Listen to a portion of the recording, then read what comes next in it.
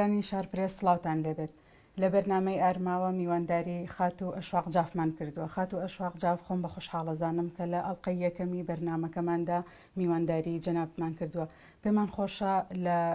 دوو خولێکی سەرەتایە پێناسەیەکی خۆتمان بۆ بکەیت. زۆر سپاسەڵەو لە جنابێت و لە بینەرانی شارپرسی خۆشەویست. من دکتۆر ئەشواق جاف لە یەکبووی 1972 لە شاری کیفری. طبعا لە کیفری لەدایک بووم و هەروەهاش لە خێزانەکەم هەمویان پێشمەرگەن، بۆیە ئێمە تەرحیل کراوین لە 75 بۆ ناسڕیە و دوای ئەوەش بۆمان نەبوو بگەڕێنە بۆ هەرێمی کوردستان، بۆیە لە وەخدا نیشتەجێ بووین. قۆنەغاکانی خوێندنم لەوەی تەواو بوو و من بڕوانەمەی دکتۆرام هەیە لە دەرمانسازی، یەکەم بڕوانەمەی دکتۆرا لە دەرمانسازی لە هەموو عێراقا و لە بوارێکی یعنی نادرە کە کلینیکال فارماسیە. ئێستش من ئەسیستەنت پرۆفیسۆرم و بۆ پلەی پرۆفیسۆری خۆم ئامادە دەکەم. ئەندامی ناوچەی زانکۆ پارتی دیموکراتی کوردستانم. دوای ئەوە بووم بە پەرلەمانتار لە خولی دوو هەموو سێهەم نوێنەراتی شاری یان پارێزگای سلێمانی لە هەرێمی کوردستان و هەروەهاش نوێنەراتی هەرێمی کوردستانم دەکرد لە بەغدا بۆ دوو خول. ئێستش هەر کادری پێشکەوتوی پارتی دیموکراتی کوردستانم، کاری حزبیش دەکەم و مەژغوڵی ئەوەی کە ڕسێرچی زانستی ئەنجام دەدەم بۆ ئەوەی وەکو ئاماژەم پێکرد پلەی پرۆفیسۆری بەدەستبێنم. خێزاندارم یەک منداڵم هەیە کوڕە تەمەنی 7 ساڵە و وەکو ئاماژەم پێکرد گەرمیانیم. باوکم دایکم خەڵکی کفری و کەلارە و زۆربەی کەسوکارم لە پرۆسەی ئەنفالکردنی خەڵکی کوردستان ئەنفال کراون، کەواتە زۆربەی لە کەسوکارم شەهیدن لەو پرۆسەیە و ئەوانەی کە ماون زۆربەیان پێشمەرگەین لە محوەری گەرمیانە. سپاس.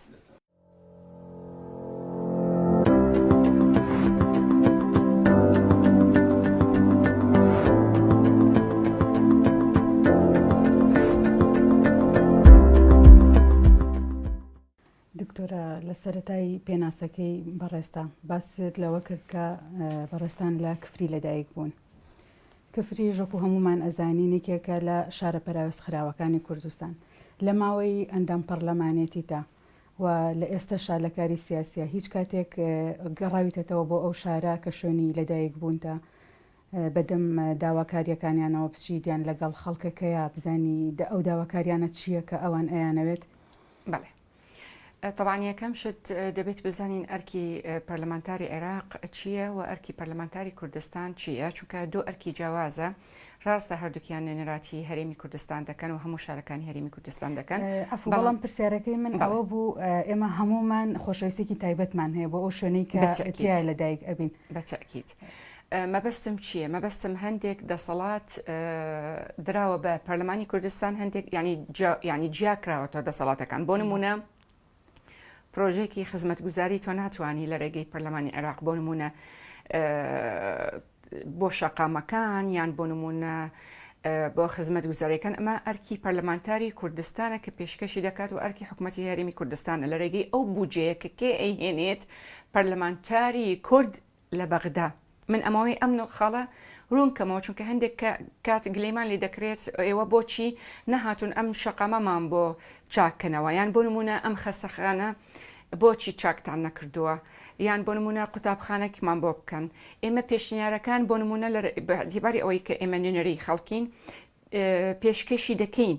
بەڵام ئەرکی جێبەجێکردنی ئەمە دەکەوێتە سەر حکوومەتی هەرێمی کوردستانە نەکو حکوومەتی عێراق لە ڕێگەی ئەو بودجەیە کە دەدرێت بە هەرێمی کوردستان. بەڵام من بۆ نمونە کە ئەهاتمە کوردستان زۆربەی کات سەردانی هەموو شوێنەکانم دەکرد و لە زمنی ئەو شارانە کفری و بە بەڵگەشەوە کە خەستەخانەی خالید گەرمیانی زۆر کەم و کورتی تیا بوو. بەڕاستی من ئەو کاتە بە فۆتۆ بە دۆکیومان، چونکە تۆ ئەگەر ئەتەوەی ئیشێکی توکمە بکەیت نابێت تەنها بە قسە، دەبێت کەم و کورتیەکان دۆکیومنت بکەیت و هیچ وەکو ئەوە نییە کە دۆکیومنتی بکەیت بە فۆتۆ، یعنی بەڕسم بەوێنە ئیتر کەس ناتوانێت پێت بڵێت شتوانیە. ئیتر هەموو کەم و کورتیەکانم دۆکیومنت کرد بە فۆتۆ و پەیوەندیم کرد بە وەزیری تەندروستی کە دکتۆر ڕێکەوت ئەو کاتە و بەڕاستی یعنی تەقسیریشی نەکرد یعنی لەسەر سیدی ناردم بۆی هەموو کەم کورتیەکان و وردە شتەکان بە خاڵ بە خاڵ یعنی چاکی کرد لەرەگەڵ بەرپرسانی گەرمیان ئەوە خاڵێکی تر پرۆژەیەکم پێشکەش کرد بۆ هەموو پێشمەرگەی کوردستان ئەوەیە کە هەر پێشمەرگەیەک بەڕاستی شوێنی نییە یعنی بەکرێ دانیشتەوە کرێ چییە یەکەی نیشتە جێبوون داوای ئەرزم بۆ نەکردوون بە ئەوەی بە بزانی پرۆژەکە چۆن تەقدیمی بکرد من و ناردم بۆ پەرلەمانی کوردستان ئەو کاتە بەهارخان و کاک ئاری لە لیژنەی پێشمەرگە وتیان ئەوە پێویستی بە موافقەی حکوومەت و بەدەستی بردم و لە ڕێگەی ئیمێڵەوەشەوە بۆ نووسنگەی سەرۆکی ئەنجومەنی وەزیرانی ئەو کات و پەسەندیان کرد لە ئەنجومەنی وەزیران باڵام بە حکمی ئەوەی کە شەڕی داعش وەجبەی یەکەم تەنها بۆ شەهیدەکانی شەڕی داعش و وتیان وەجبەی دووهەم و سێهەم بۆ هەموو پێشمەرگەکان بەبێ فەرق و جیاوازی چونکە بەڕاستی ئەوەی کێکرێکیە پێویستی بە شوێنێکە ئەوە طبعا من حتى ئەو پرسیاری لێکرام بۆچی دائما تۆ پرۆژەکانت پرۆژەی نیشتە جێبوونە نەکو ئەرزای وتم چونکە بەڕاستی ئەو ئەگەر پارەی پێ ئەتوانێت خانۆکی بکڕێت بەڵام ئەو پارەی پێ نییە بۆیە ئێمە ئەگەر کلیلێکی تەسلیم بکەین ئەو کاتە تەنها ئەو موچێکە وەرەگرێت بژێوی ژیانی یعنی پێویست ناکات بیدات بکرێ و فعلا پەسەند کرا بەو شێوەیە پەسەند کرا کە بۆی هەیە هەڵبژێت یان ئەرزەیەک یان یەکەی نیشتە جێبوون بە ئارەزوو خۆی ئەو کەسوکاری ئەو شەهیدانە و قۆناغی دووهەم ئەو یعنی شوقانە کە باسم کرد یعنی مەبەستم ئەوەیە کە من ئەوەی لە توانام پێشنیارەکانم پێشکەش کردووە بۆ لایانی پەیوەندیدار لە حکوومەت یاریمی کوردستان بەڵام وەکو خۆم ناتوانم جێبەجێ بکەم دەبێت حکوومەت خۆی جێبەجێ بکات کە تۆ یاوتە نەیگەڕێنیتەوە بۆ ئەوەی کە خۆت ئەڵێ کەسوکارم هەمووی پێشمەرگەیە شەهیدی ئەنفالمان هەیە لە مەعاناتی ئەوان تێ ئەگەیت بەڕاستی خۆی با پێت بڵێم یعنی ئەوەی لەناو خەڵک لە مەعاناتی خەڵک تێ ئەگات و دەتوانێت خزمەتێکی زیاتر بۆیە من یەکەم کەس بووم کە وتم پەرلەمانتار خزمەتکاری ملت بێت دەبێت پەرلەمانتار خزمەتکاری ملت بێت خۆی بە سەر و خەڵک نەبینێت و ئەمە چۆن ئەتوانێت زیاتر خزمەت کات بۆ نمونە من لە سەردانەکانم زۆر کات کە سەردانی شوێنەکانم دەکرد خەڵک پێی وایە من تەنها بۆ ئەوەی کە فۆتۆ بگرم و بڵاوی کەمەوە نەخێر شتوانیە من هەر شوێنێک چووم گوێم گرت لە خەڵک زۆر لەو پرۆژانە کە من لە بەغدا پەسەندم کردووە وەرم کردووە لە خەڵک چونکە تۆ لە شوێنێک ئەژی بۆ نمونە من مەرزی کێڵێ مەرزێک ینی ئاسایی بوو بەڕاستی ئەو کاتە بەڵام کە چووم سەردانم کردن پرۆژەکەیان پێشکەشکردم کە دایانەوە بیکەن بە نێودەوڵەتی من ئەو پرۆژە بردم بۆ وەزارەتی ناوخۆی هەرێمی کوردستان دواتر بردم بۆ وەزارەتی ناوخۆی عێراق و لە ڕێگەی وەزارەتی دەرەوە بوو بە مەرزێکی نێودەوڵەتیە کەواتە تۆ کە سەردانی خەڵک دەکەیت و لە معاناتیان تێگەیت ئەتوانی خزمەتێکی باشتر پێشکەشی ئەو خەڵکە بکەیت و دووبارە دەڵێمەوە قسەی جەنابەت شراستە هەر کەسێک لە ناو معاناتی خەڵک و خۆی معاناتی هەبووە دەتوانێت خزمەتێکی باشتر بکات یعنی پرۆژەکانم وەکو ئاماژەم پێکرد کە پێشکەشی دەکەم بۆ هەموو خەڵکی کوردستان بەبێ فەرق و جیاوازی چونکە پێشمەرگە هەر پێشمەرگەیە و بەرگری لە خەڵک و نیشتمان دەکات بەبێ جیاوازی و بەڕاستی یعنی دەبێت تا کۆتایی ژیانمان ئێمە قەرزاری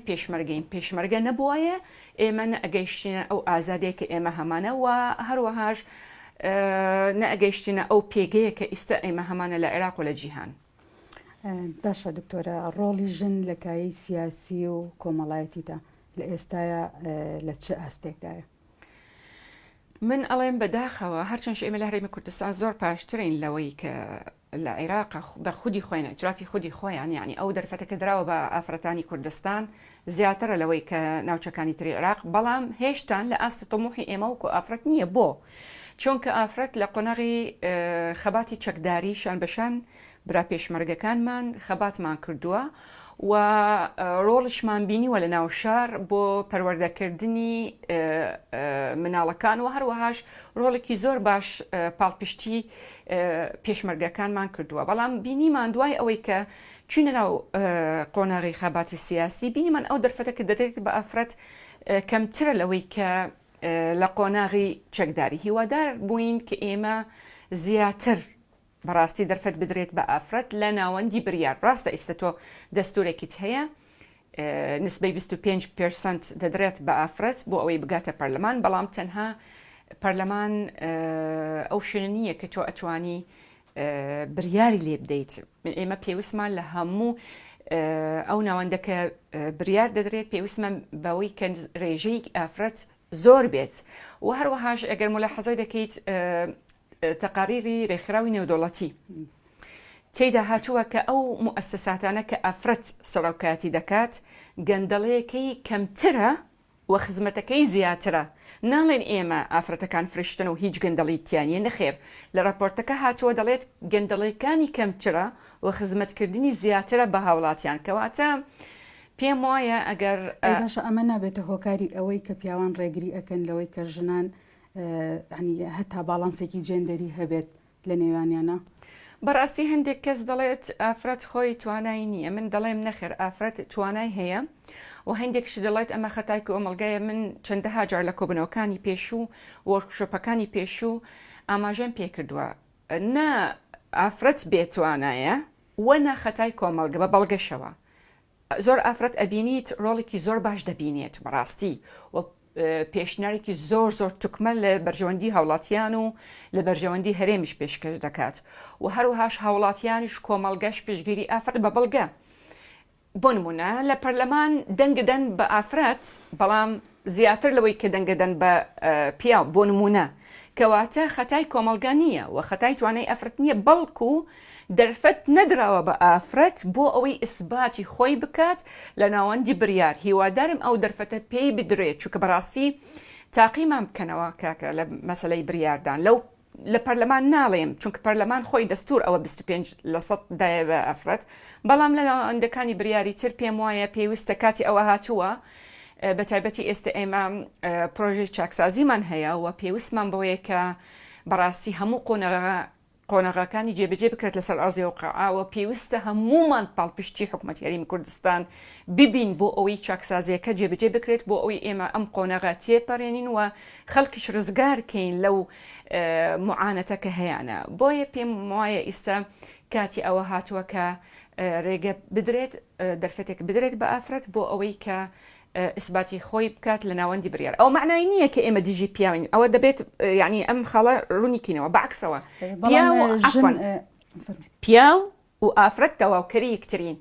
بەڵام هەندێک جار ڕێزم هەیە دەیبینین پیاو ڕێگر دەبێت بەرامبەر یعنی بەرامبەر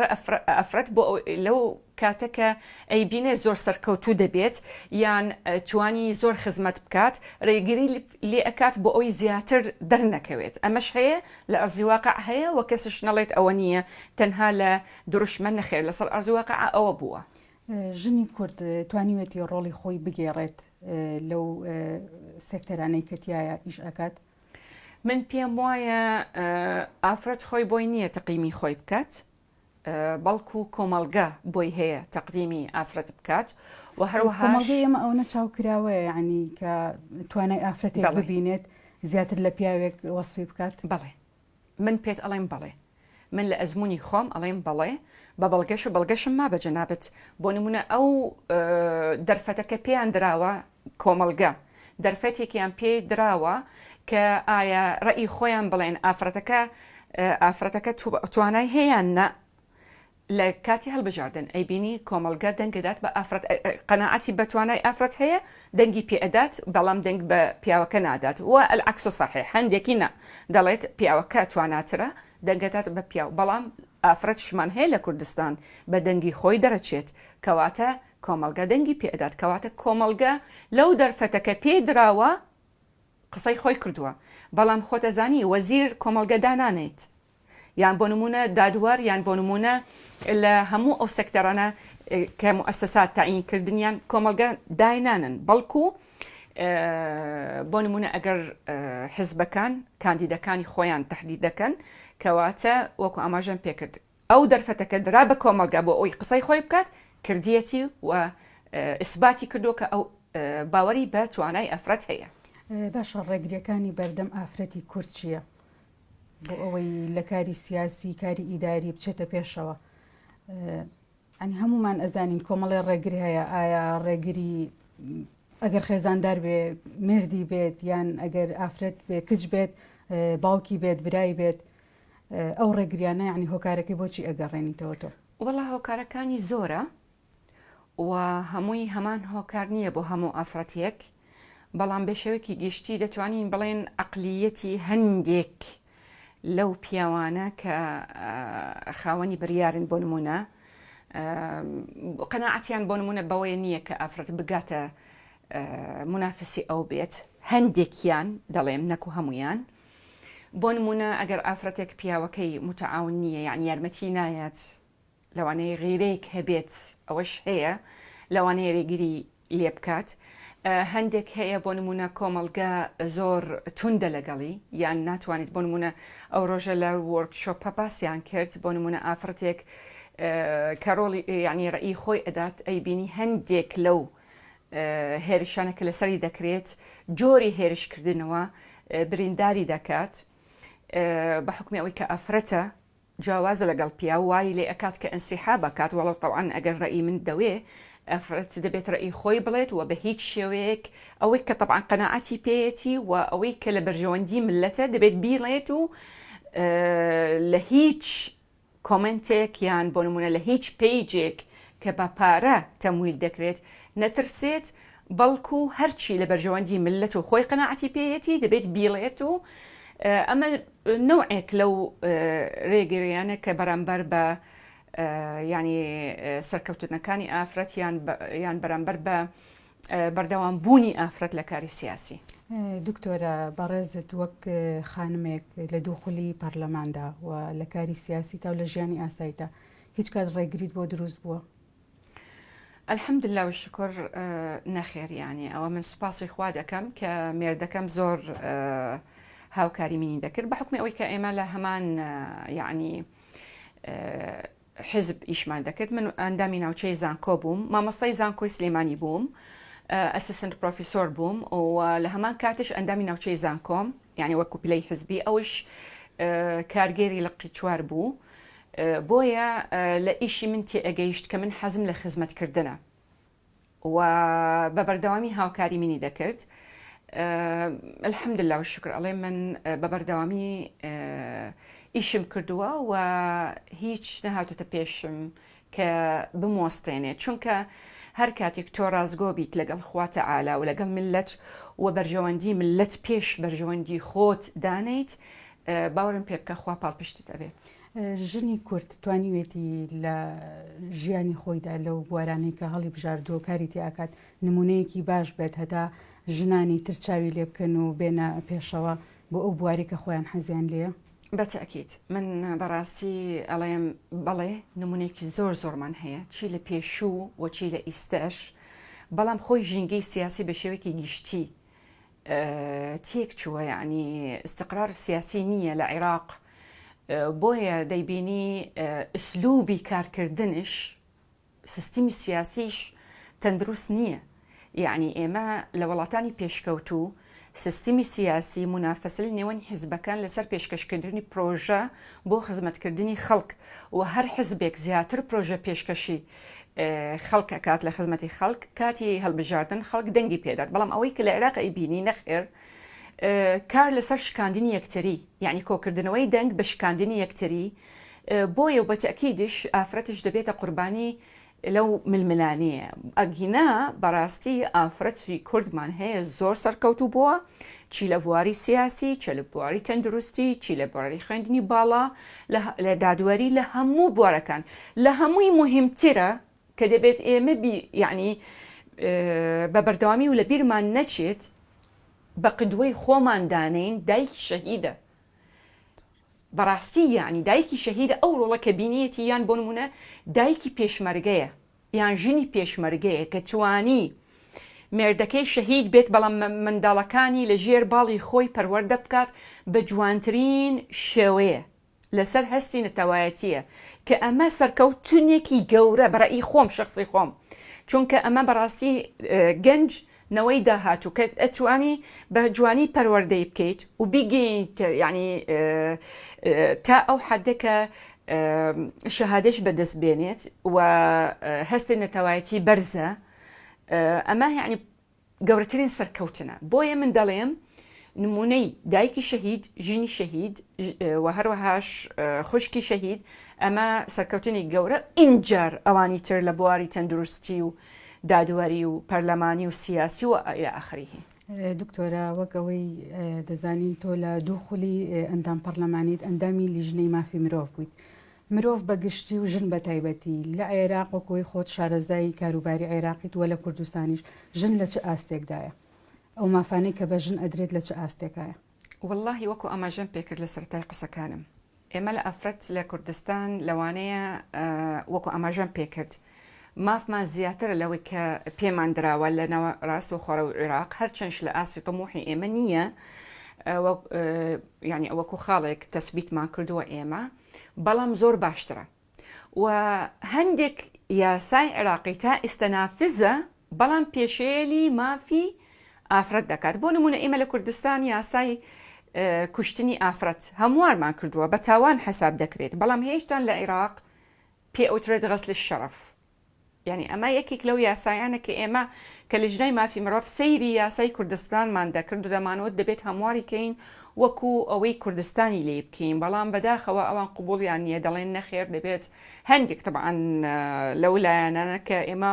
وەرکشۆپێکی بەردەوامیمان دەکرد تەحشیدمان دەکرد بۆ ئەوەی ئێمە ئەوەی کە ئافرەت دەکوژێت دەبێت وەکو تاوانێک عقوبە بدرێت بەڵام ئەوان هێشتان یعنی بە شێوەیەکی گشتی وەکو ئاماژەم پێکرد یعنی تەقیید کراوە و مافی نەدراوە وەکو پێویست و دووبارە دەڵێمەوە ئەوەی کە ئێمە پێمان دراوە لە کوردستان وەکو ئافرەت زیاتر وەکو ماف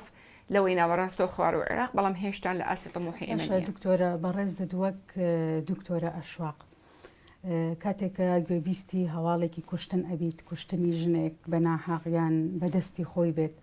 چه هەستێک بۆ تۆ دروستە بێت؟ بەڕاستی من بەش بە حاڵی خۆم بە شێوکی گشتی کوشتن یعنی کاراساتە یەکەم شت مەسەلەی مخدرات من پێم سەیرە یعنی بەڕاستی دەبێت حکمی ئەو حکومە بگۆڕێت یعنی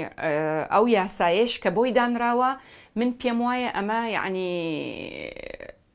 لە جێگەی خۆی نییە و داوام کردو کە ئەم یاسای هەموار بکرێت بەڕاستی یعنی کارەساتە تۆ یعنی زانی چی یعنی مخدرات یعنی تۆ نەوەی داهاتوو هێزی وڵات بۆ داهاتوو تێک ئەدرێت بەو مادەی هۆشبەر کە مخدراتە و بە پلان بۆ تێکدانی گەنجی کوردستان و کوشتنی هەستی نەتەواتیە ئەوە یەک دووش کوشتنی ئافرەت یعنی بۆچی یعنی ئافرەتیش نەفسە وەخوا تەعالا تەحریمی کردووە کە هەر نەفسێکش بکوژرێت بەڕاستی یعنی چی خۆی ئەکوژێت یان یەکێک ئەیکوژێت من بەڕاستی ئەمە تاوانە و کارەساتە و سێش کە زۆر زۆر زۆر زۆر کارەساتە تەعەداکردن لە مناڵ یعنی تۆ پێشێلی مافی پەپولەیەک دەکەیت کە توانای بەرگریکردن لە خۆی نییە بەچی حەقێک ئەو مافە دەدەیت بە خۆت تەعەداکەیت لەو پەپولەیە کە منداڵێکە بۆیە بەڕاستی من ئەو سێ خاڵە بە بەردەوامی جەخت لەسەرەوە دەکەم کە یاساکان هەموار بکرێت. بەرنامەکەمان بەرە کۆتایڕ حەزەکەم کۆتا پرسیارم ئەوە بێت ژنان چی بکەن بۆ ئەوەی ئاستی ژیانیان لە ئێستا باشتر بێت؟ وەڵای من پێم وایە یەکەم شت دەبێت ئافرەت پشگیری ئافرەت بکات ئەوە یەک و پێشم وایە دەبێت یعنی چۆن ئەڵی زیاتر پشگیری یەکتری بکەن و زیاتر تەرکیز بکەن لەسەر مافە یاسایەکانیان و احتیمامش بدرێت بە خێزان من خاڵێکم هەیە ئەمەوەی ڕوونی کەمەوە دائما من ئافرەت یعنی فەصلی ناکەم لە پیا و بەردەوامی دەڵێم پیا و ئافرەت تەواوکەری یەکترین بەڵام هەر کاتێک تۆ مافی ئافرەتتدا چونکە ئافرەت مەسئولە لەسەر خێزان کەواتە ئەگەر ئافرەتەکە مافی پێدرا و چونکە کە احتیمام دەدات بە خێزان کەواتە منداڵەکەش مافی ئەبێت و بە جوانی پەروەردەکرێت و پیاوەکەش لە هەمان کات چونکە بەشێکە لەم خێزانش یعنی لە ژینگەیەکی مستەقر دەبێت ئەو کاتە تۆ دەتوانی لە ڕێگەی ئەم خێزانە بە شێوەیەکی تەندروست ئەم کۆمەڵگایە ئەبێت. بۆیە دەڵێم زیاتر دەبێت احتیمام بدرێت بە ئافرەت و زیاتر دەبێت ئافرەت پشگیری ئافرەت بکات